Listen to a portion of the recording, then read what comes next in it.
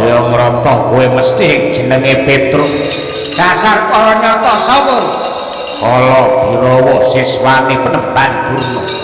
Mripatmu mesti weruh dhewe. Sing kok drama-drama sing kok gul-gulke sing jenenge Anoman Kendang Kapracundang. Tanpa beda lawan kowe yen ra gelem diboyong ning Ngastina. Tan wurunga bakal uncat saka anggamu nyawa kowe. Piye?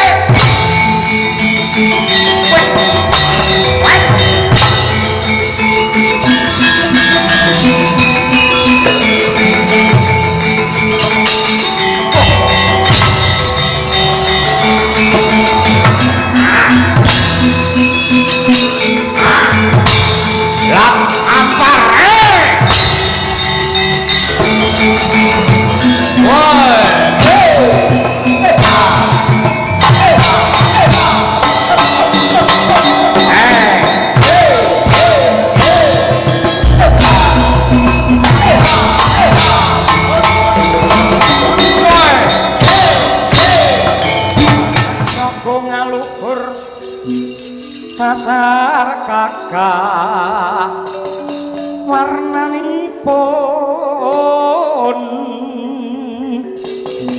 Kanjeng Sri Narapati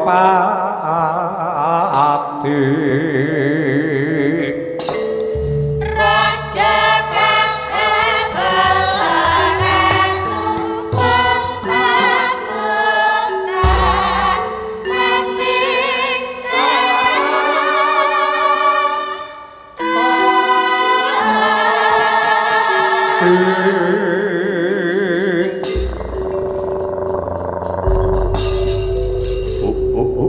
ladang jimat sesembahan kula ing Marcapada prapting delahan Bapa Guru Durna wanter amiji dhumateng ingkang putra siswa kula pun Kala Birawa cumadung dawuh Prabu Kala Birawa kawula nuwun wonten timbalan ingkang dawuh Guru apa to sebabe jeneng sira adoh ndak awe cedak saya ndak raketake merga ana bab wigati ingkang bakal ndak babar ana jejiban utawa pakaryan sing bakal ndak sampe raki ana ing pundhakmu kanan kiri ingkang dipun kersakaken kados pundi pripalungguhan iki anggenmu dandan aja kok kendhoni kepara malah kenceng ana siaga ing diri samiga ing gati gandeng Lurah Petro ripalungguhan iki wegah nampa wewarah nampik marang pitur becik ora nggugu karo kandhane Pendhita Durna ora gelem tak boyong marang negara Ngastina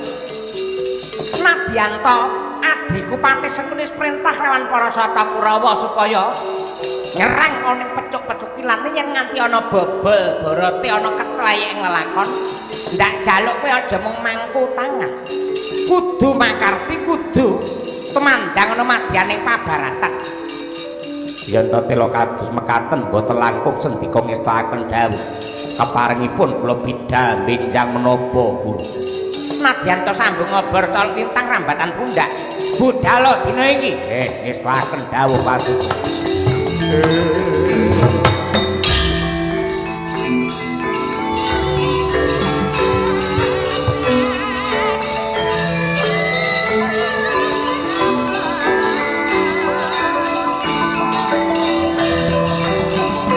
kita kumurung saking droning praja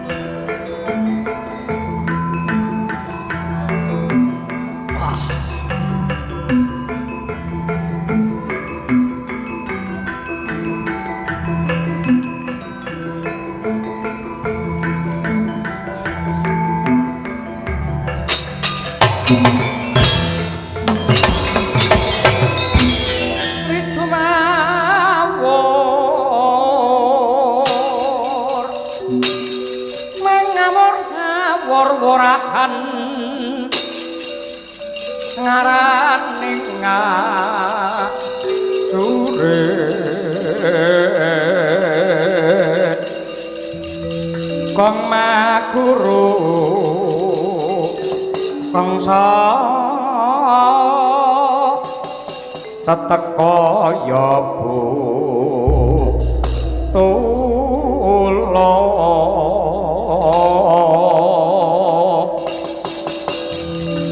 korban trite kurang ngesti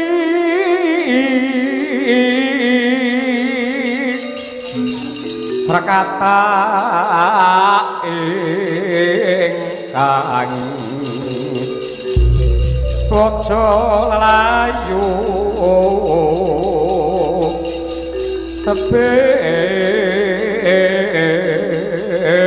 tebet wakatita layak to layak Petruk kendelik liwat jebul ana sing saguh dadi bodyguard ora pangling kethek tuwek ora mudar-mudar Hanuman biyen iya dasar para nyata wit langap-langap paton ngucap Bambang Swatama ya kowe aja melu celeng boloten kebolatengen tumrap lakon iki kowe nyimpang ngiwa utawa nengen kowe nyingkira endi Petruk kantong bolong balak srimpung sikile bondo tangan tugel kulune hari palungguhan iki Hanuman gawe Giri Sayembara karepmu kena kowe boyong ki lurah Petruk nganti tekan negaramu Ngastina paton pinter jebol dadani Senggana piye mangkahan grosro sasumbar lindho katara bumi kunjing kumaludha kuntara kanto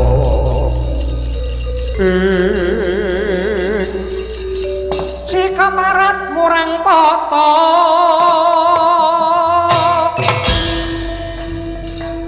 nyata saniyale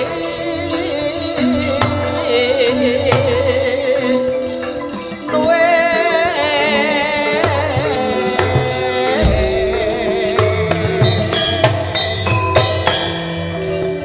maju ka para ngarsa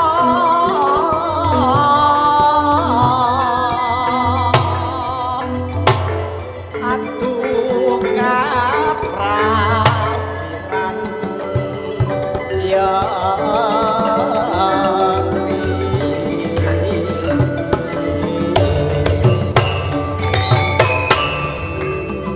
enggal maju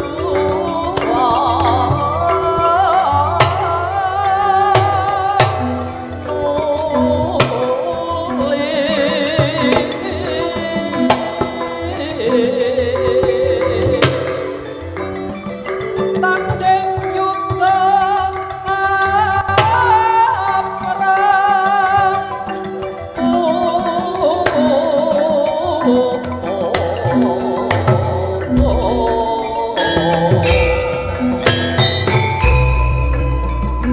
kaparat den prayeta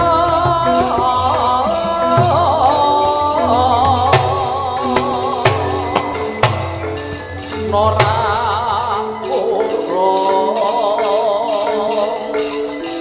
pranteng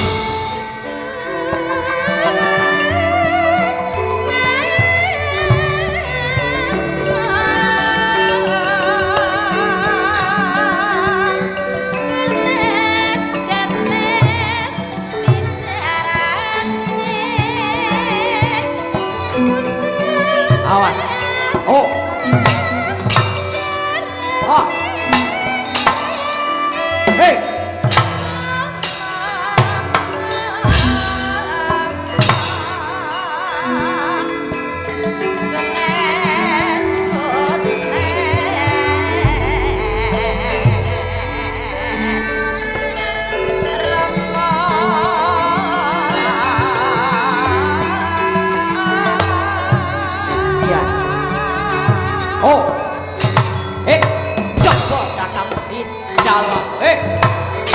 Oh. Mati. Ah.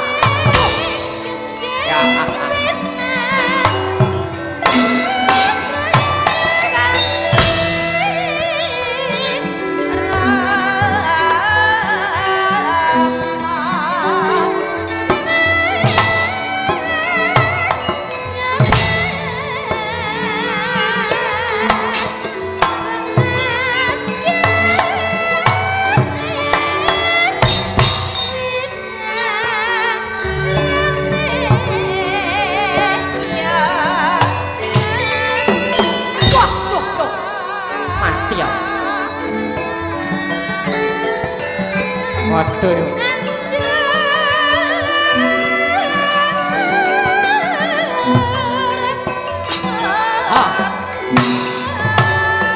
Hey. Hey. Oh. Ya.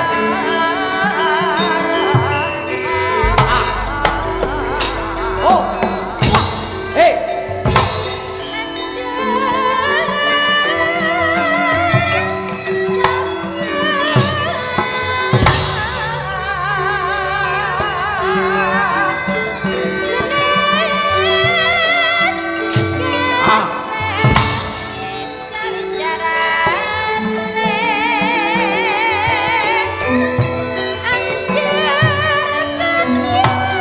Cepol kakang. Oh. Oh. Ah. Wah, sing dal skillmu kowe. Oh. Ini dal. Oh. Hey. Ah. Mati ya.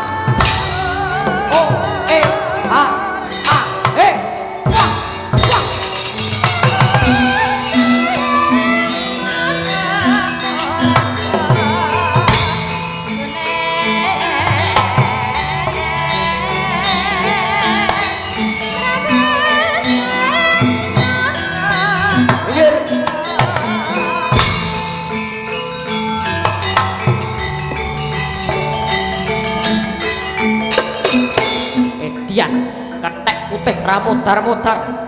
Yo, Bambang Kartomarmo. Nyoba kaprawiran maju. Ut. Dian Deles. Yo. Hei.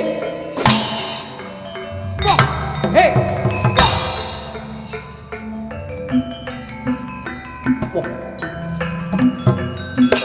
Hei.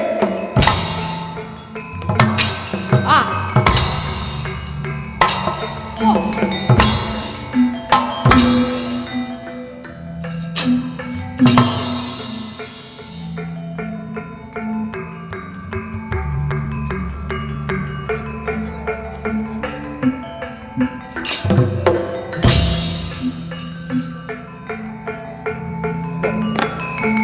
Hei.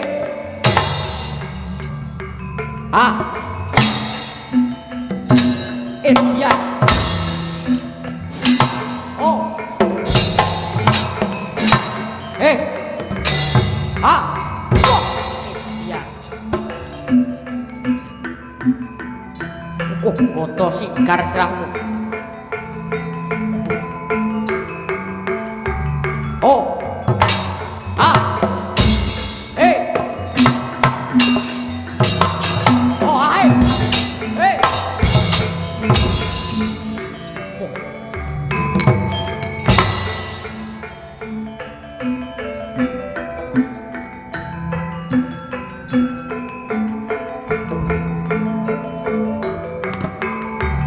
Oh.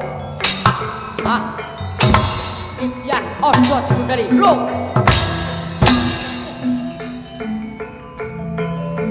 Oh, oh.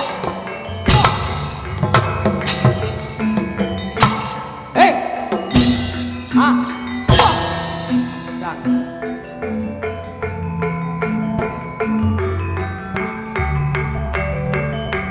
Oh. Ah. Hey.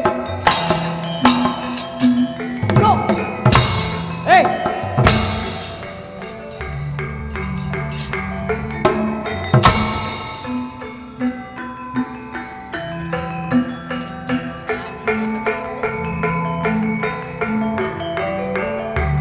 Oh. Ah. Oh. Ah. Oh.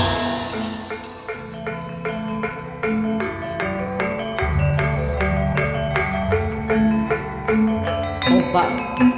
Hey. Ah. Oh. Wah. Hey. Oh. Parah.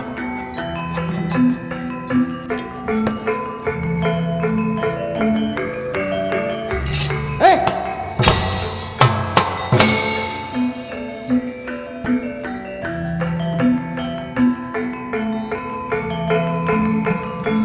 Ah. Hey. Ah. Woi. Hey. Wah. Piye ngono?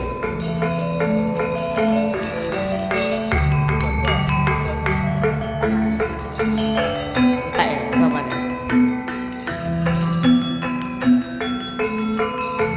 Hey. Ah. Oh. Oh. Ah. Hey. Oh. Hey. Oh. Mati aku. Wah. Hey. Wah. Wah.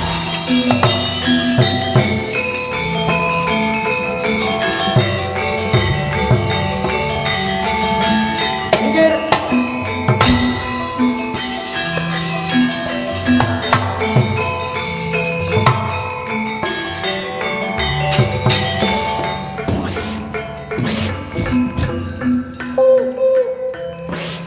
Yan, acar mrewe. Ora iso mrek. Untune loro.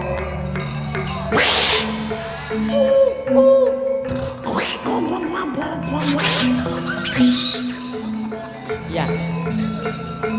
Oh. Hey.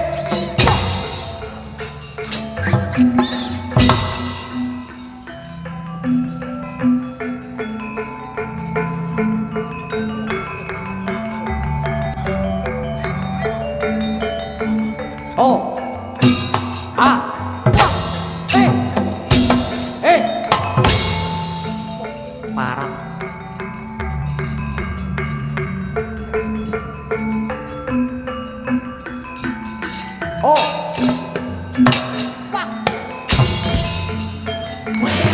wah. Yan songono.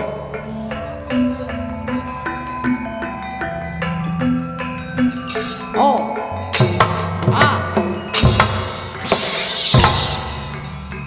Parat.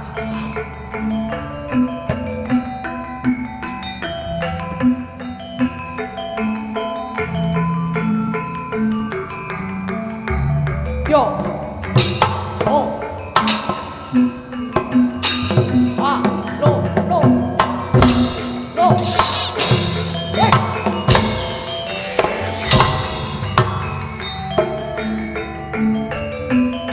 Yan. Oh. Oh. Hey. Oh yo, pola tak kendang.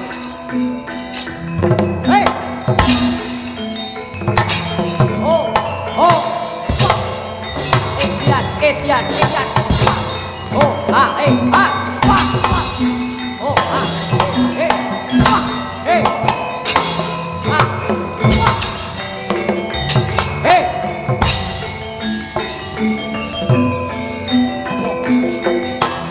Hey. Oh, hey. Ah. Oh. Hey. Wah, ora kan. Oh. Ah. Hey. Ah.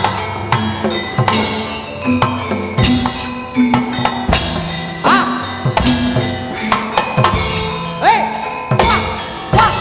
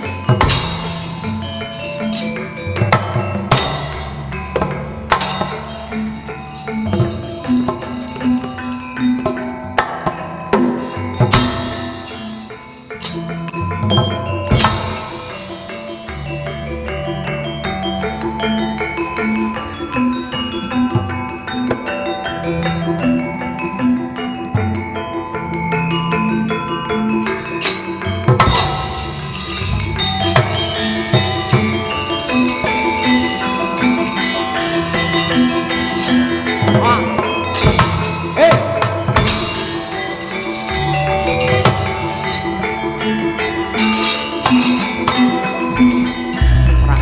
Becik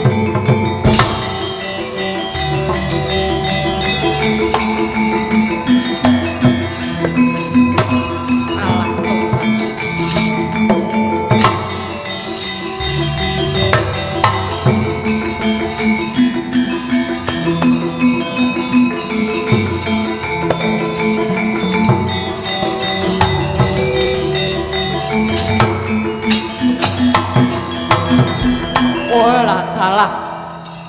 Wonten apa to, Man? Dur.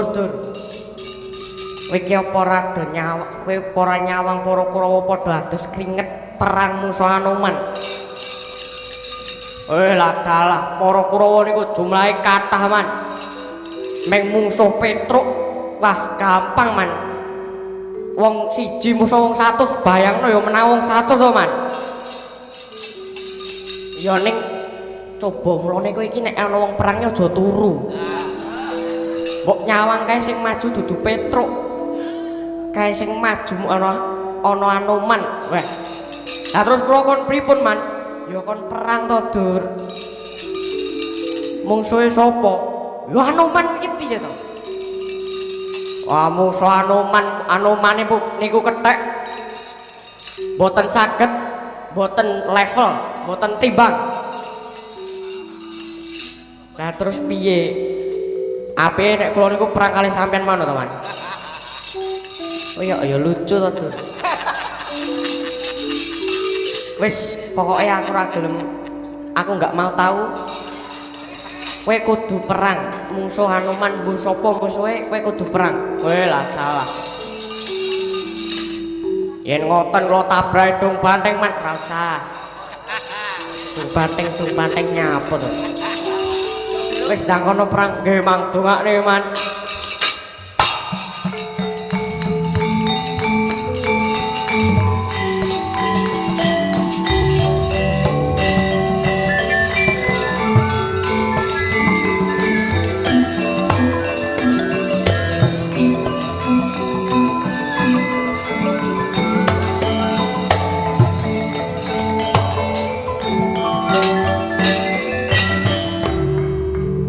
Sono, weh, apal. Kowe Anoman, apal karaku. Lah iya lah betina wae kumpul ning kathok. Lah ya kathoke kotak-kotak. Mati dening tangan kowe Anoman. Maju. Oke. Ut.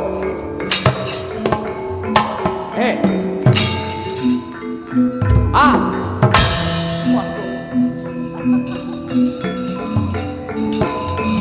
Wis tuwek, ora iso kontrol aku.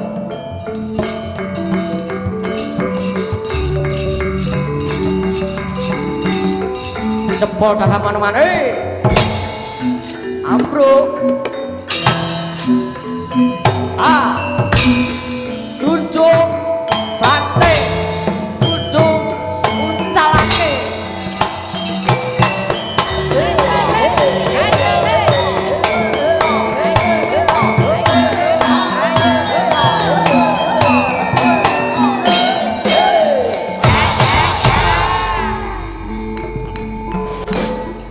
Dursasana Jaya.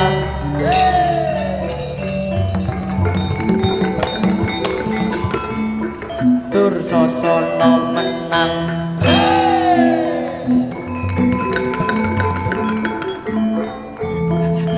Wis suwi gak tau nek perange musuh Sambra terus.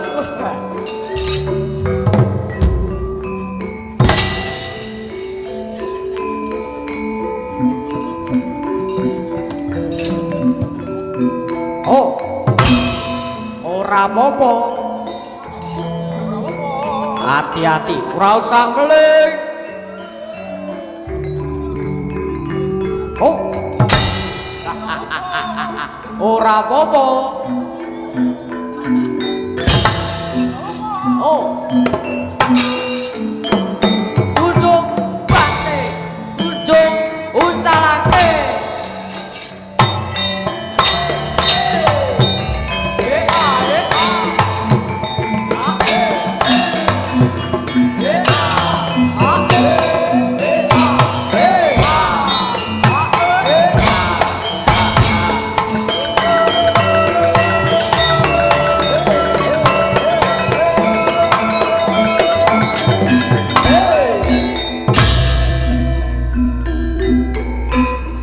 Dursasana Jaya.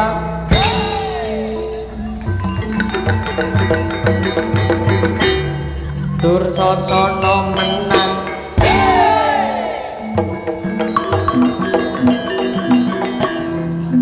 Dursasana Jaya.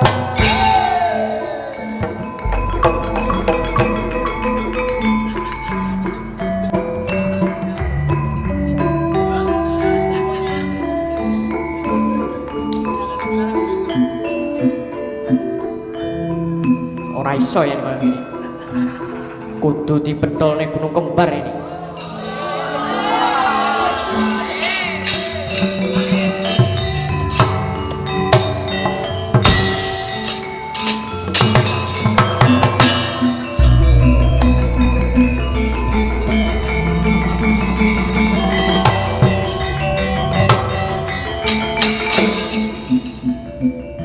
Bismillahirrahmanirrahim.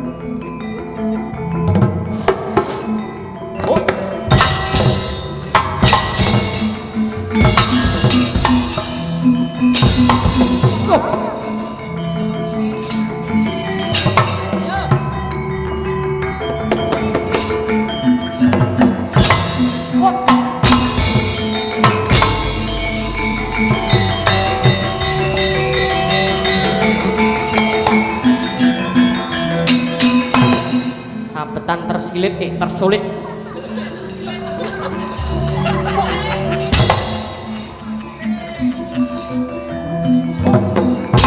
Anake sapa Mas Jariya?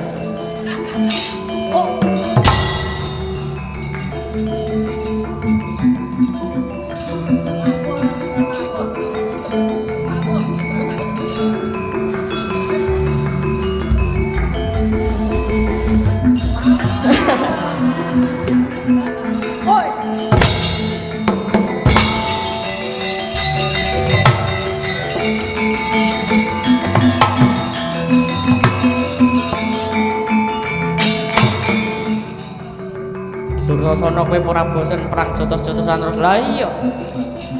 Uncal-uncalan ae cocok iki. Ayo to, kuat aku. Put.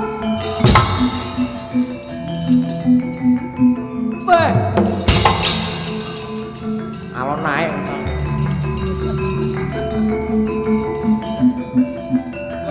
Ah. Weh. Hey! Go! Hey! Ah!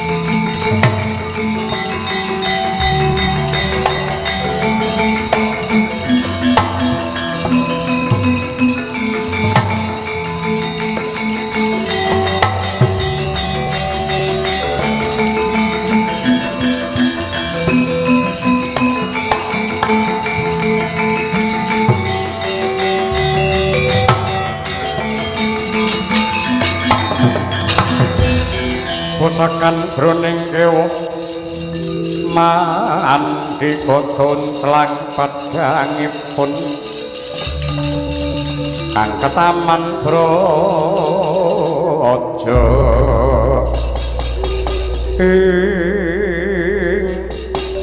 anak Prabu Kalabirawa ngandika Raden Patih Arya Sengkuni inggih nggih kados pundi kabul kawusananipun para Sata Kurawa ingkang mangsah yuda Raden Patih. Alah.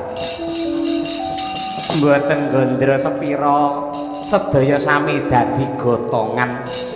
Merga wonten ingkang ndumbani wonten ingkang ndekengi dhumateng Petruk nenggih Pendhita Kendhali Sada pun Anoman.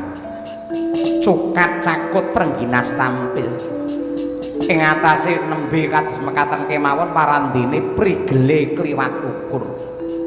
Bapake kemawon pun bertekuk lutut musuh nika. Mergo nika sing disenengi dudu bapakne malah Pak Dene. Sing karo bapake mboten seneng dalang omong ngono. Yen Pak Dene niku mendina disetel teng YouTube. Kula yang ngoprolke gunungan, ngoprolke wujudipun kayon ngados ngoten niku. Yen bapake niku isane gur ngoprone mboke.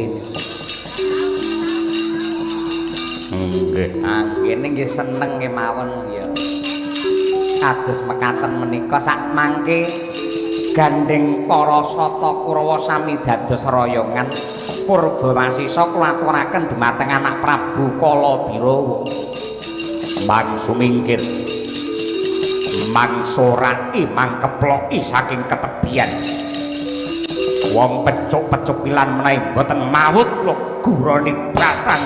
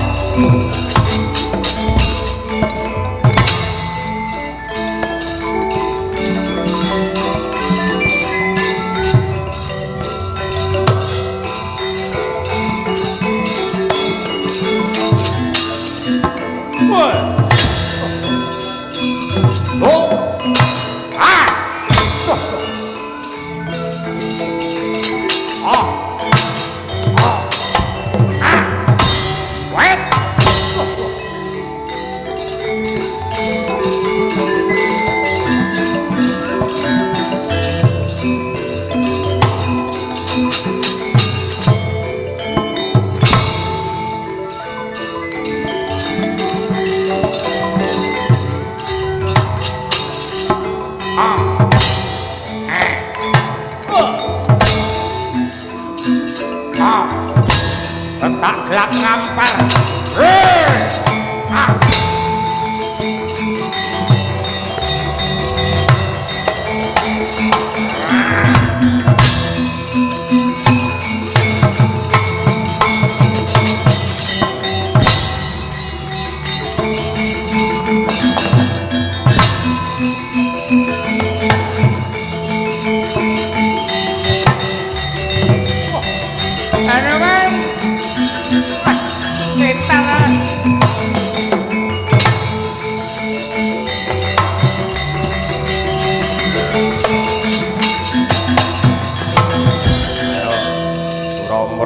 Jayamrata kowe mesti sing jenenge Petruk. Dasar para nyata sapa? Kalabirawa siswane Penemban Durna. Mripatmu mesti weruh dhewe.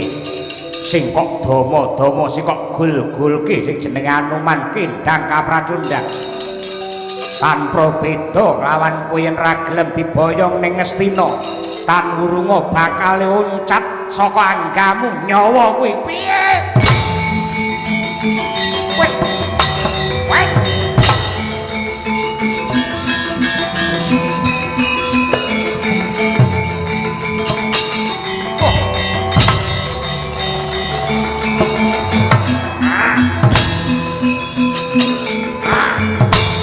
Lap ampar.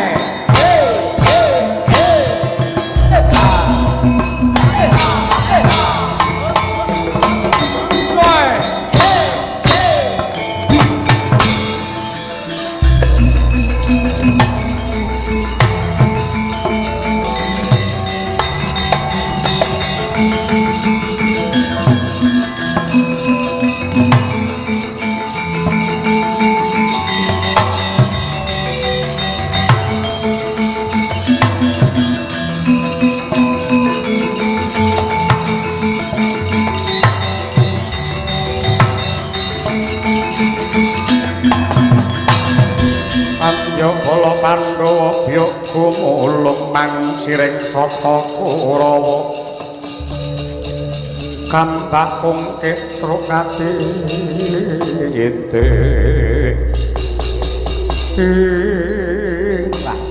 Kartawarma nuwun wonten timbalan kang ngadhawuh Paman Patih mestine mripatmu weruh dhewe mulat marang kaprawirane Prabu Kalabirawa ingkang ngedap-ngedapi nganti Anoman kelawan Petruk kantong bolong kendang kapracundang mbuh ngendi tibane lajeng samangke kersanipun kados pundi aku kelingan mbiyen putuku Lesmana Mandra Kumara Atmajane anak Prabu Duryudana nate dan kepayang ngengleng bingleng karo Putri Ndarawati sing jenenge Dewi Purantawati ingkang ripalungguhan iki dirabi karo Petruk. Kowe mlebu ana omahe Petruk, golek ana Purantawati glandangen boyongen marang negara Ngastina. Ora kelakon boyong Petruk, Purantawati malah bisa gawe mareme penggali putuku Lesmana.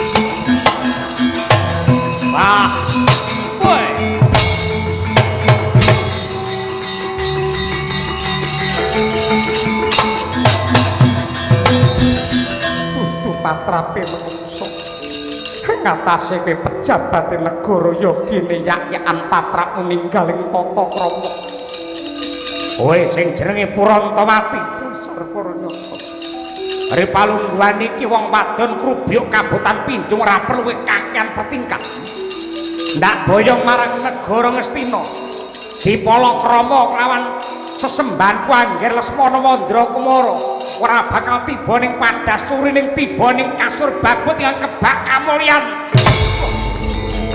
marang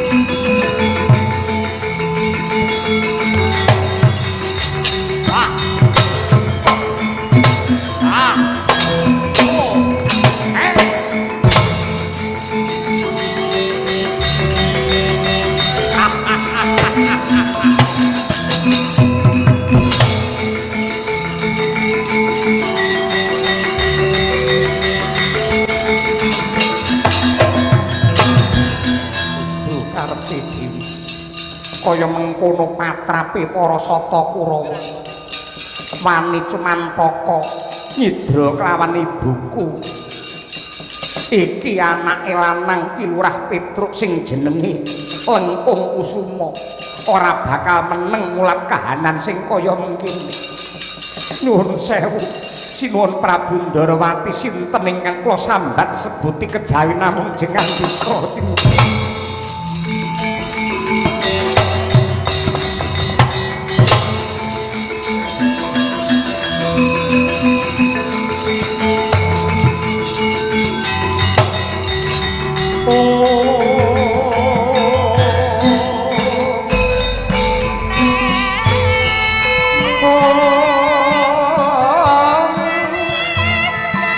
Sakala narpa Kresna tantulus hanyakara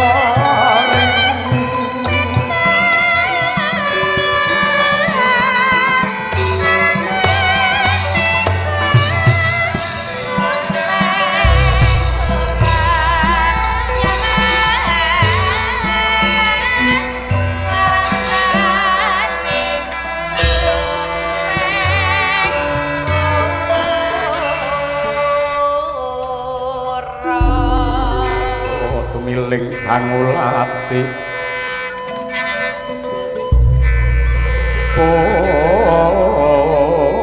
puspita met mindah kang warni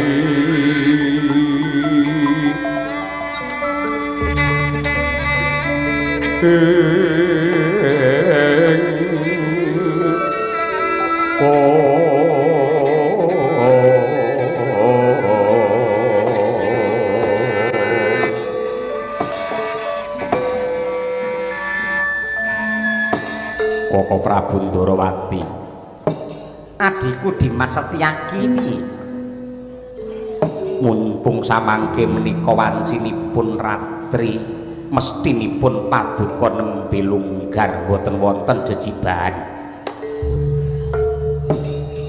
Kalilan kula tak nyuwun katerangan nyuwun dawuh.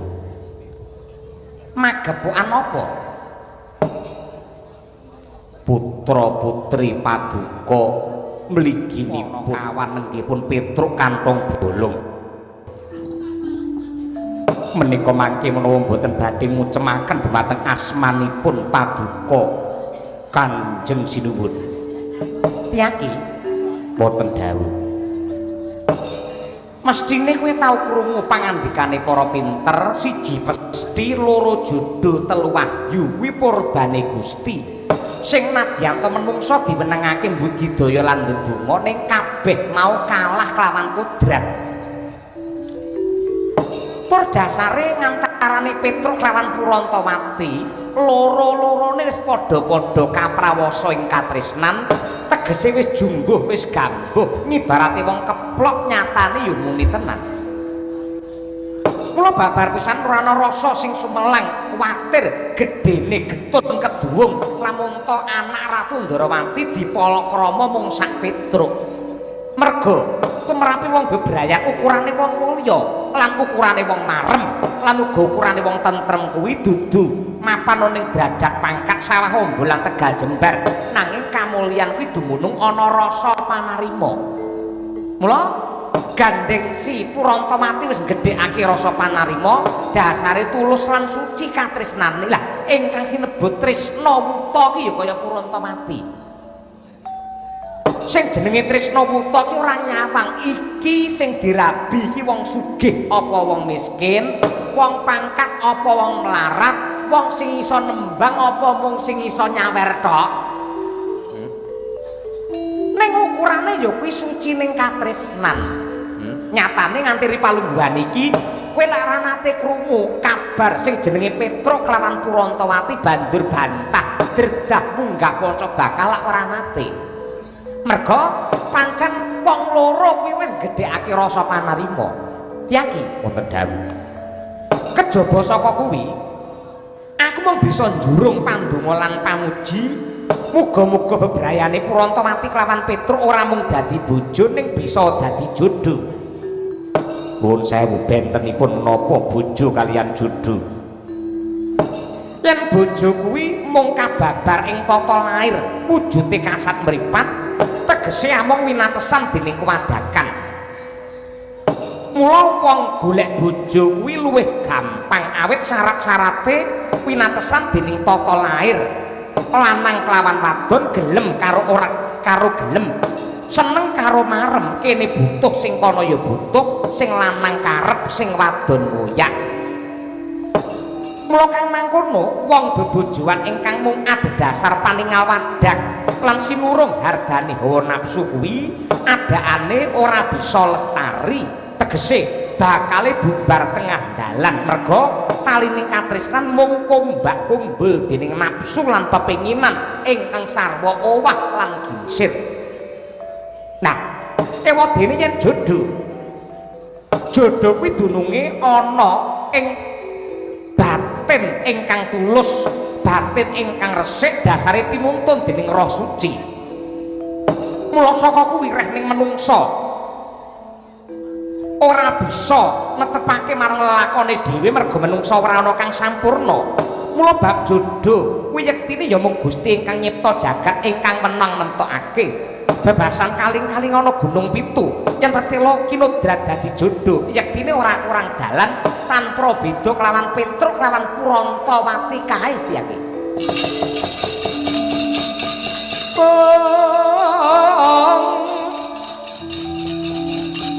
pamedharing warsitaning ati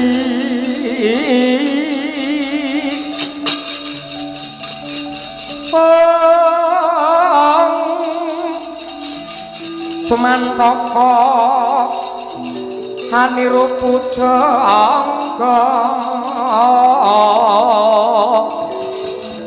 tahat muda ing batine marma kedah kinunggung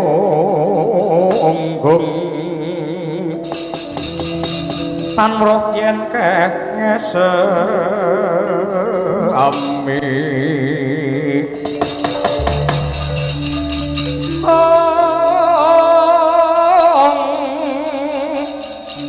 hameksa kang ngrumpaka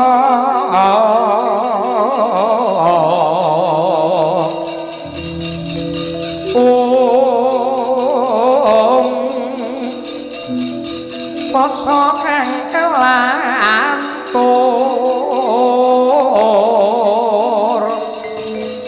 tutur kang ketula-tula pinalaten rinuruh lawan rire mrih padhanging sasmita mrih padhanging sasmita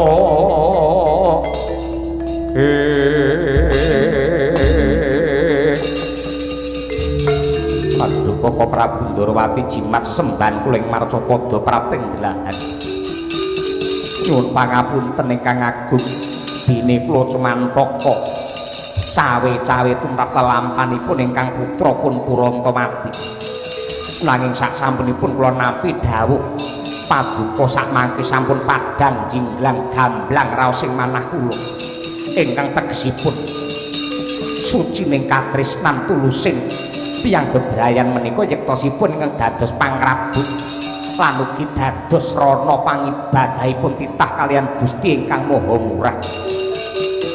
Pramila saking menika kula ngaturaken gunging panuwun ingkang tanpa upami sedaya tutur Paduka badhe kula gegem kinarya pepakem anggen kula netepi dumateng kadarman gesang wonten alam padang. Mula kang mangkono wong yen saya tambah ngelmune aja malah saya gedhe sirahe. Ning sak bisa-bisa kaya pasemone pari kae. Sing saya isi parandene malah saya ndingkluk ya.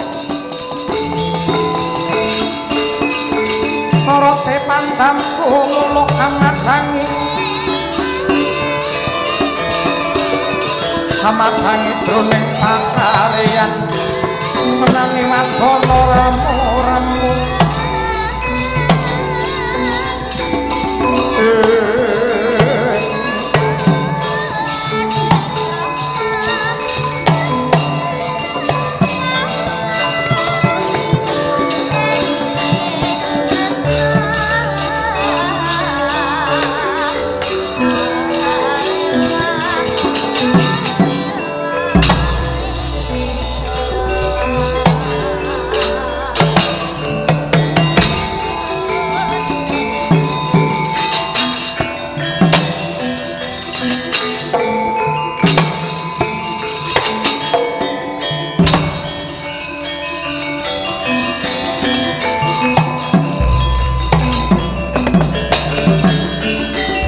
Karekane satriya linuwe kang mardi mring kautaman tan pegat mring pangestine ngesti ayuning kaayun kawula nuwun sewu amit pasang Kalimantabi tinebining tulak manu dumawaing tawang tuwa Kanjeng Eyang Prabu kula ingkang wayah pun lengkung kusuma ingkang sowan sembah pangabekti kula kunjuk Eyang Prabu putuku bocah bagus Lengkung Kusuma ndak tampa gawe bombong ing rasa ora liwat pangestuku marang gage tampanono. Muninggih Gurawalan anggen kula mundi mugi andadosaken jimating gesang kula. Ndak sawang katon semengko pengawak bajra sigra kang mawa gita semune gimbal wigati ana apa Lengkung. Muninggih kalilan matur sisip nyun bengi samudra pangaksami yektosipun waleh-waleh menapa. Ngaturaken pawartos ingkang mrihatosaken mapan wontening pecuk-pecukilan. Awit pakarti nista hambek candole kang dipun tindakaken dening para sata Kurawa ingkang murang tata badhe ambayongi dumateng Kanjeng Rama Kyai Petruk Kantong Bolong satemah dadosaken panca bakah mapan wonten ing Pecukilan. Nadyanto sampun dipun bantu dening Penemban Anoman nanging kridanipun siswa saking Sokalima Kala Birawa satemah dadosaken Kanjeng Rama miwah Penemban Anoman kendang kapracundang kuntal kaprapal. Malah wonten bab ing saya ndadosaken merkitik ing manah kula kadyajur mumur manah kula. Karana Kanjeng Ibu Purantawati dipun bradat kalian para sata Kurawa dipun dabyang-dabyang prapting negaring Yang Prabu.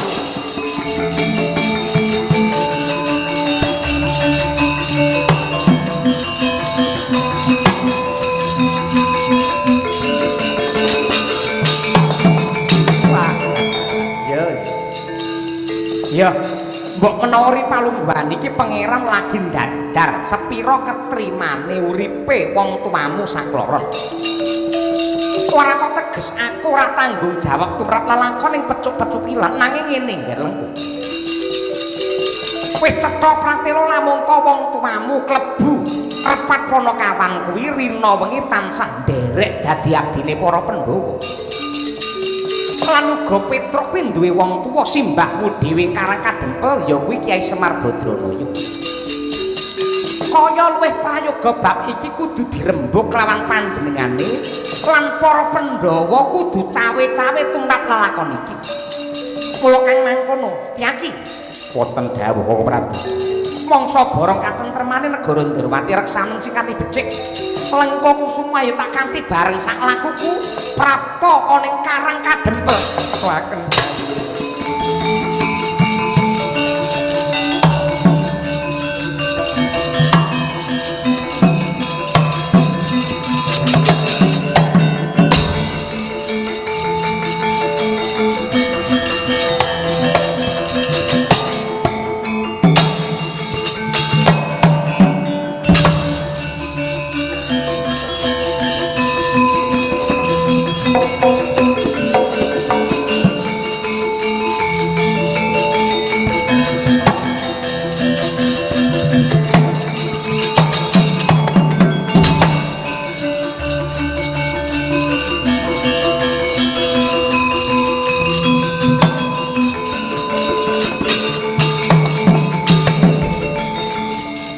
Mangkah Nenggenata Agung Ndarawati Sri Bathara Kresna miwah ingkang wayah Lengkung Kusuma.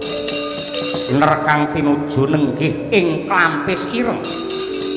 Dupi wis prapta ning Karang Kadempel kandhek lampahe wong Agung Ndarawati. Awit mulat kaendhane alam Indonesiaku